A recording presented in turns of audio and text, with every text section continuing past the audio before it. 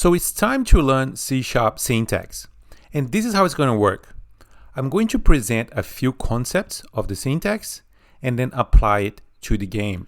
So each time we learn a little bit more of the syntax, we're going to apply that to the game so we incrementally make it more interesting. And that means that you're going to learn as you practice. So let's start by removing the previous code and let's print something else. We're going to print a phrase. So using the console class, we're going to call writeLine, and the phrase will be the string literal. These are the most common data types. C# has many data types, but we're going to use only 6 initially, and it's a central concept in C#.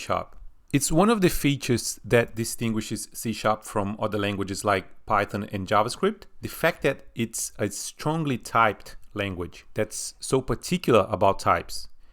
The designers of the language imagined that enforcing data types would help the development process, and I agree with that. Having data types makes the development process way easier. It's easier to debug, it's more organized, it looks cleaner, and it's just less prone to errors since you always know what type of data you're working with. And of course, I'm biased because I love C#, but you can see for yourself as we go and reach your own conclusions. So I'm not going to type every line of code. Sometimes I'm going to bring in some code that I have written in my repository, but I recommend that at least in the beginning you type so that you get used to the syntax. But if you want to go a little bit faster, you can also copy and paste from my repository branch. So here are the first 5 types: string, char, int, decimal, and bool. And before we explain a little bit more and show examples, let's print what we have so far. So here we have the list, and here is a little trick that you can use when you want to separate lines. You can use the \n, which means new line, and once you print that, you have a different line. So it's a nice little trick for when you're working in console application. Now, to make this list look a little bit better, let's print an integer along with our string. And we're going to use this concept called concatenation of literals. So basically we use the plus sign to concatenate 2 elements of our code. And in this case, we're concatenating an integer literal and a string literal. So if we print this, let's see what happens. Then we have the number and the string. But there's no space between the number and the string. So let's add a space. And to make it look a little bit better still, let's add a dash on each line.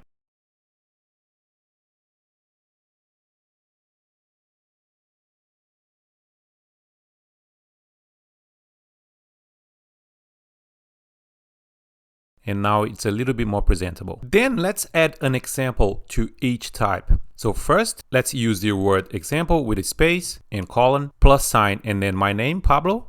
So we already have now examples of an integer and a string.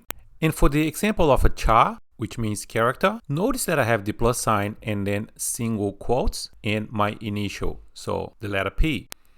If I try to use single quotes and more than one letter, more than one character, the compiler won't like it. It won't compile the code. So let's see this in action. If I type Pablo, I have a squiggly line, and if I hover over that line, I can see the error.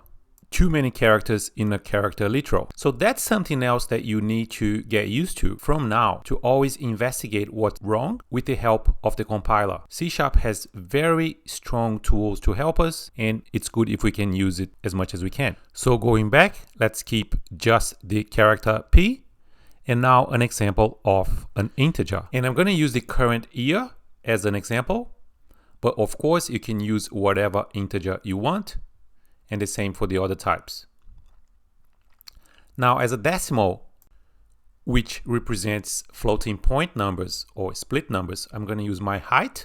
And you can notice here that we have an M following the number, and that's for the representation of decimal, which is used to represent money.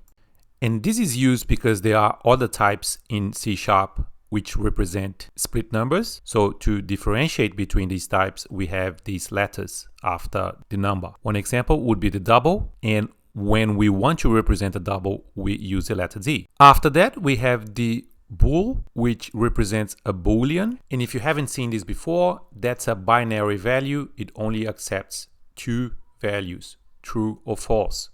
And that's going to be very, very important. You're going to use that all the time, but I'll explain as we use it in our game. In our example, our boolean will be true. And if we print all of this, then we have printed our list of types with examples. And just to recap, these are all literal types, which means that I'm hard coding everything that I want to print. By hard coding, that means that I'm not using any variables, which is a concept that you're going to learn next.